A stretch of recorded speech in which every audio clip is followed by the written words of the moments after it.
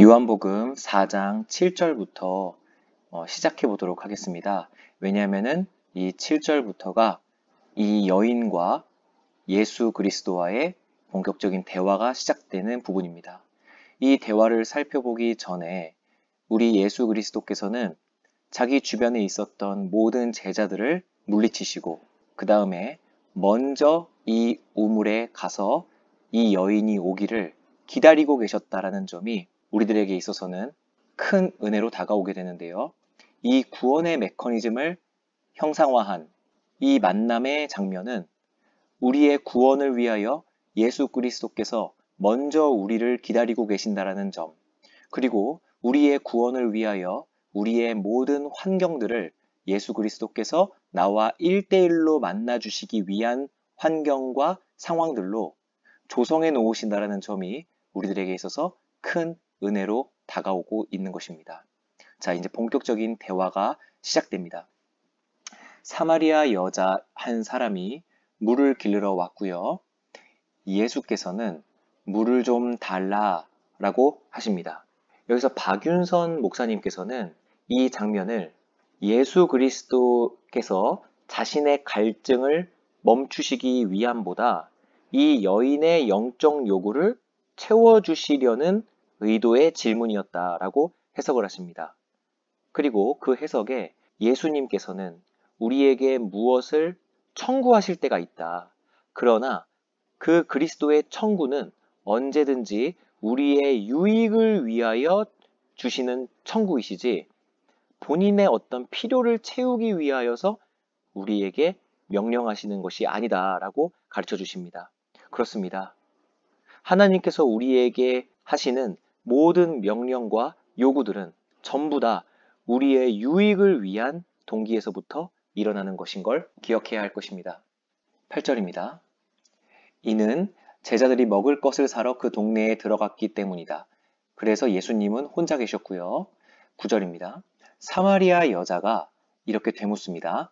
당신은 유대인인데 어찌하여 사마리아 여자인 나에게 물을 달라고 하십니까? 라고 되묻습니다.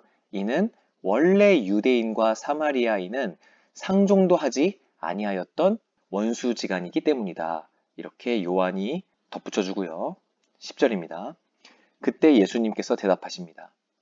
이르시되 네가 만일 하나님의 선물과 또 내게 물 좀 달라고 하는 이가 누구인 줄 알았더라면 네가 그에게 구하였을 것이요 그가 생수를 내게 주었으리라. 이렇게요. 여기에서 한 가지 생략되어 있는 정보가 있는데요. 구하였을 거다라고 하는데 목적어가 빠졌죠. 무엇을 구하였을 거라고 하는 걸까요? 그것은 예수님께서는 사람의 마음을 모두 다 꿰뚫어보고 대답을 해주시기 때문에 예수님의 대답에서 생략되어 있는 질문자의 질문의 정보들을 우리들은 유추해낼 수가 있는데요. 예수님께서는 그가 생수를 내게 주었으리라 라고 대답을 하시죠. 그럼 여기에서 목적어는 생수를 일가 됩니다. 그러니까 다시 한번 읽어보면요. 네가 만일 하나님의 선물이 누구인지를 알았더라면 그리고 물 좀 달라고 하는 그 네 앞에 서 있는 내가 누구인 줄 알았더라면 너는 나에게 생수를 구하였을 것이다. 이렇게 질문을 하는 거죠. 그리고 본인을 제3자처럼 그라고 표현을 하는 이상한 화법을 취하고 계시는데요. 이것은 우리가 한번 생각해 봐야 할 표현입니다.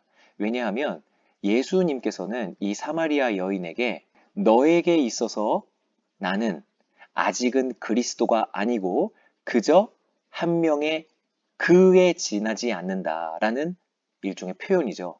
예수를 그리스도라고 인식하지 못하는 자에게는 그저 예수님은 한 사람의 타자에 불과하다라는 것입니다. 그저 그일 뿐이라는 것이죠. 근데 그가 하나님의 선물이라는 것을 알았더라면 이 여인에게 있어서 예수님은 그가 아니라 주님이 되었겠죠. 그래서 내가 그에게 생수를 구하였을 텐데 그리고 내가 너에게 생수를 주었을 텐데 이렇게 말씀을 하신대요. 여기서의 생수는 그럼 무슨 뜻일까요? 이 생수는 두 가지의 한자가 섞여 있는 말이죠. 생은 살아있다 라는 뜻이고 수는 물이라는 뜻입니다. 그래서 두 가지의 의미로 우리들은 전부 다 생각을 할 수가 있는데요. 첫 번째로는 살게 해주는 물이라는 해석이 가능합니다. 죽어있는 나를 살려주는 물이라는 거예요. 그렇죠. 우리의 영혼은 죽어있기 때문에 그리스도의 음성을 듣지 못하죠. 하지만 우리의 영혼이 살아나서 그리스도를 주인으로 섬기는 것을 성경에서는 표현을 합니다. 그리고 두 번째로는 뭐냐면 살아있는 물이라고 해석을 할 수가 있겠죠. 그럼 여기서 살아있는 물은 누굴까요? 이것은 예수 그리스도의 또 다른 상징성이라고 볼 수가 있겠습니다. 기억나시죠? 물이라는 상징성을 크게 두 가지로 알려드렸었는데 첫 번째는 심판, 물세례할 때 했었던 거고 두 번째는 말씀, 그리고 그 말씀이 육신이 되어 내려오신 예수 그리스도까지 형상화가 된다고 배운 적이 있습니다. 그런데 이 부분에서 박윤선 목사님께서는 여기에 있는 이 생수를 예수 그리스도 그리고 구원자라고 생각을 이 여인은 못했다라고 해석을 하십니다. 왜냐하면은 이 11절의 대답 속에서 이 생수가 어떠한 인물 그리고 나에게 주어지는 구원 이렇게 받아들인 사람으로서는 할 수 없는 육적이고 물리적인 질문을 하고 있기 때문이에요. 그럼 이 예수 그리스도의 심오한 대답을 이 여인은 어떻게 받는지 11절을 봅시다. 여자가 대답합니다. 주여, 물기를 그릇도 없고, 그래서 그릇이라는 도구가 나오죠. 이 우물은 깊은데 해서 환경이 나옵니다. 중요한 메시지이기 때문에 도구와 환경, 일종의 조건이죠. 어디서 당신이 그 생수를 얻겠사옵나이까? 이렇게 되질문합니다. 완전히 인간적이고 육적인 마음과 귀로 이 예수님의 대답을 들은 겁니다. 아주 물리적인 대답이죠. 예수님께서는 아무런 도구가 없이 우물가에 앉아 계셨어요. 그래서 이 여인은 아니 주여, 당신은 그릇도 없지 않습니까? 그리고 이 도구가 없으면 이 우물을 기를 수가 없습니다. 왜냐하면 이 우물은 굉장히 깊이 있기 때문입니다. 그런데 당신이 어떻게 물을 줄 수 있겠습니까? 이렇게 영적인 10절의 예수님의 대답을 육적인 11절의 반응으로 일관하는 구원받기 전에 인간의 모습을 여기서 적나라하게 보여주는 것이죠. 이 요한복음은 매 장이 거듭될수록 현미경처럼 그 보여주는 부분만 직시하게끔 하는 것이 아니라 요한복음 1장부터 순서대로 글을 읽어내려가면서 그 전에 있었던 정보가 뒤의 내용에 상충되고 부합되고 서로 보완적인 것이라는 걸 자주 우리는 목격하게 되는데요. 이 요한복음 4장 11절을 통하여서 우리들은 이 요한복음 1, 2, 3장의 정보로 보충하면서 이 내용을 해석하면 상당히 큰 메시지를 우리들은 발견할 수가 있는데요. 이 11절은 요한복음 3장 27절에 세례 요한이 만일 하늘에서 주신 바가 아니면 사람이 아무것도 받을 수 없느니라 라고 말한 부분이 여기에서 에피소드로 증명이 되어지고 있는 부분이라는 겁니다. 제가 이때의 이 부분을 설명을 할 때 심지어는 예수가 와서 세례를 베풀어도 하늘에서 주신 자가 아니면 절대 받을 수가 없다 이렇게 표현을 했었죠. 실제로 그것이 여기에서 하나의 사례로서 보여지고 있습니다.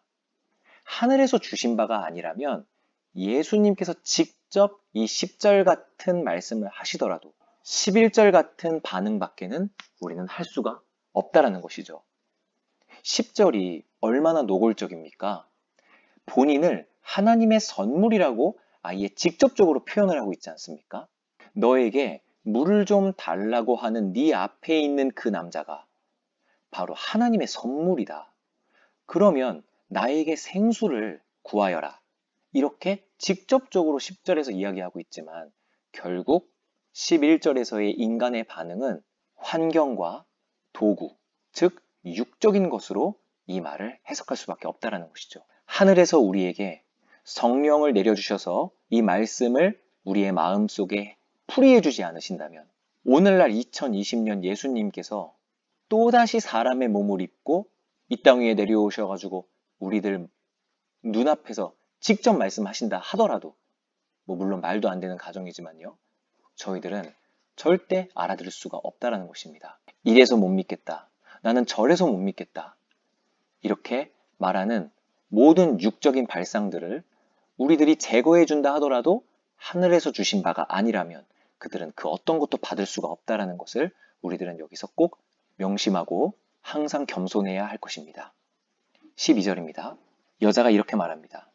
우리 조상 야곱이 이 우물을 우리에게 주셨고 또 여기서 자기와 자기 아들들과 짐승이 다 마셨는데 당신이 생수를 준다고요? 그럼 당신이 야곱보다 더 크십니까? 이렇게 질문을 합니다. 분명 이 대답을 통하여서 이 사마리아 여인은 예수님께서 얘기하신 이 생수를 자신의 육적인 만족으로 받아들였다는 것을 우리는 볼 수 있습니다. 그래서 이 여인은 자신의 조상들과 또 자신 역시 이 야곱이 준 이 우물을 이용하여 우리들은 살 수 있었는데 당신이 나에게 생수를 준다고요? 그럼 당신이 야곱보다 더 크십니까? 이렇게 질문을 한다는 것입니다. 13절입니다. 예수께서 대답하여 이르시되 이 물을 마시는 자마다 다시 목마르겠지만 내가 주는 물, 이것은 여기에서 나왔었던 생수죠. 이 생수를 마시는 자는 영원히 목마르지 아니하리니 내가 주는 물은 그 속에서, 왜냐하면 마셨기 때문이죠. 그래서 이 마신다라는 것은 이 생수를 그저 가지고 있는 것을 의미하는 것을 넘어서서 자기의 마음으로 받아들이는 것, 이 마신다라는 것이 바로 믿음이라는 것을 내포하고 있다라고 형상화하고요. 그 속에서, 그 마음 속에서요, 영원한 생명을 얻을 수 있도록 솟아나는 샘물이 되리라. 그러니까 마르지가 않는 샘물이 된다는 것이죠. 우리가 영생할 수 있는 근원이 되는 것입니다. 왜냐하면 예수 그리스도께서 주시는 물을 우리가 마시면 그 우리들의 속에서 계속 샘물처럼 물이 솟아난다라는 거거든요. 이것을 영적인 것으로 한번 형상화시켜 보면 예수님을 믿으면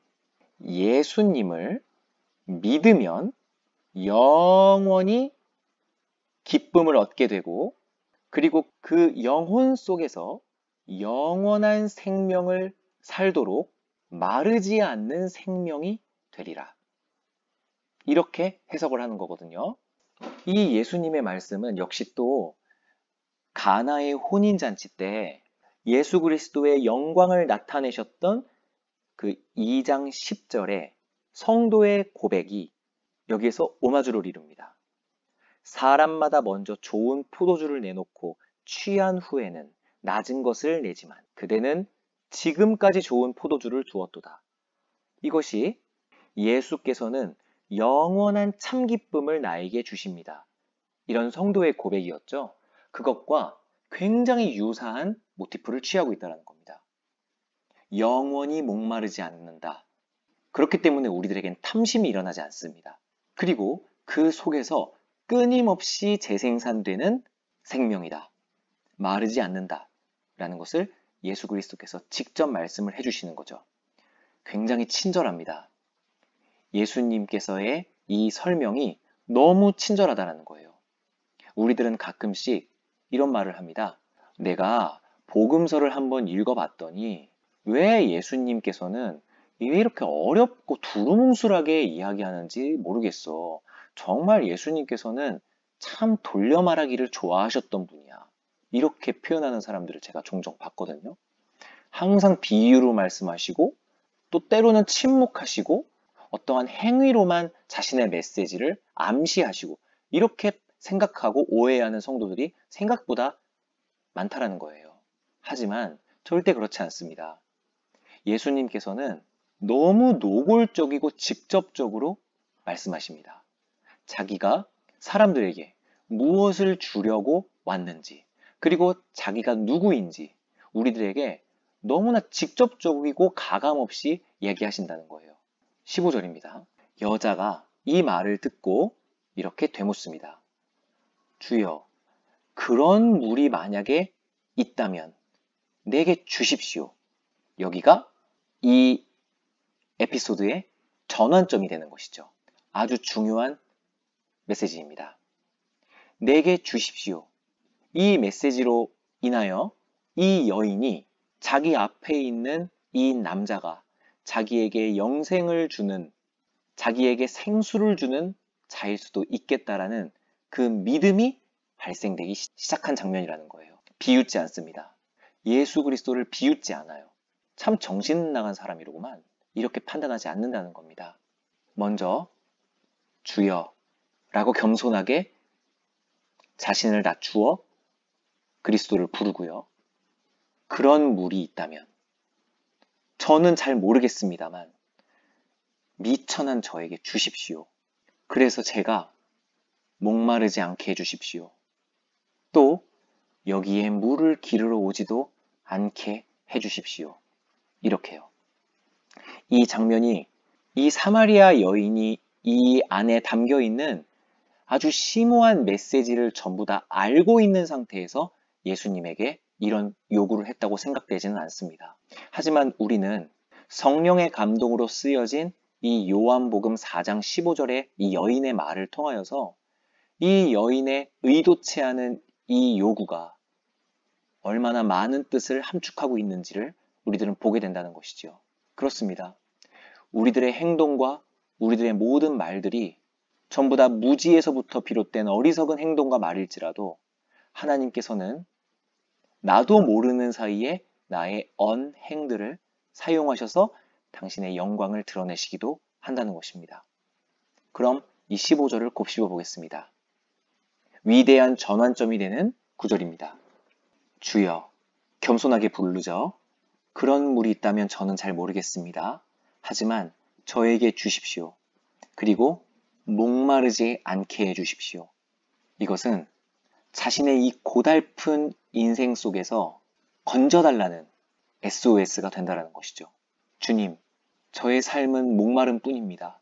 그 어떠한 취미를 가져보고 목표를 설정하여 달성해 보아도 그 어떤 것도 나의 갈증을 해갈시켜 주지는 못했었습니다. 하지만 주님께서 저에게 영원히 목마르지 않는 생수를 주실 수 있는 분이시라면 제발 저에게 주십시오. 그래서 저의 이 풀리지 않는 갈증을 해갈시켜 주십시오.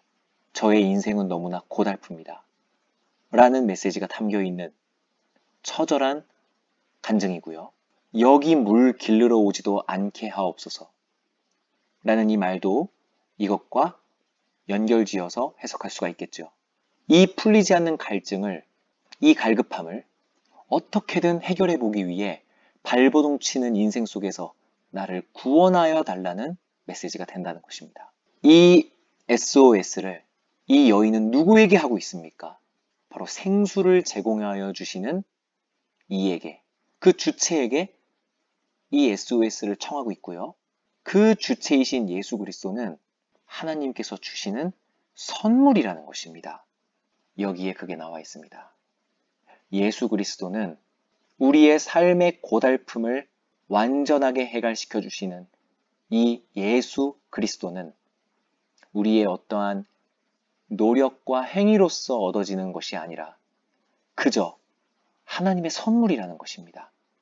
그래서 예수님께서는 본인을 나는 하나님께서 너에게 준 선물이다. 그러니 그냥 받아라 라고 말씀을 하시는 거예요. 어떠한 조건도 내걸지 않습니다. 이 부분을 대조시켜 로마서에서는 세상이 주는 것은 삭시라고 표현을 하죠. 바로 노동의 대가라는 겁니다. 하지만 그와 대조되어 예수 그리스도의 그 복음은 은혜라고 표현을 하죠. 로마서에서요. 세상은 우리에게 삭스를 줍니다. 공짜는 없어요.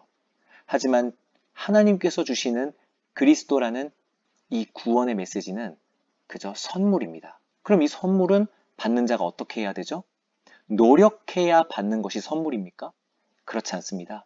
그냥 두 팔 벌려 받으시면 되는 거예요.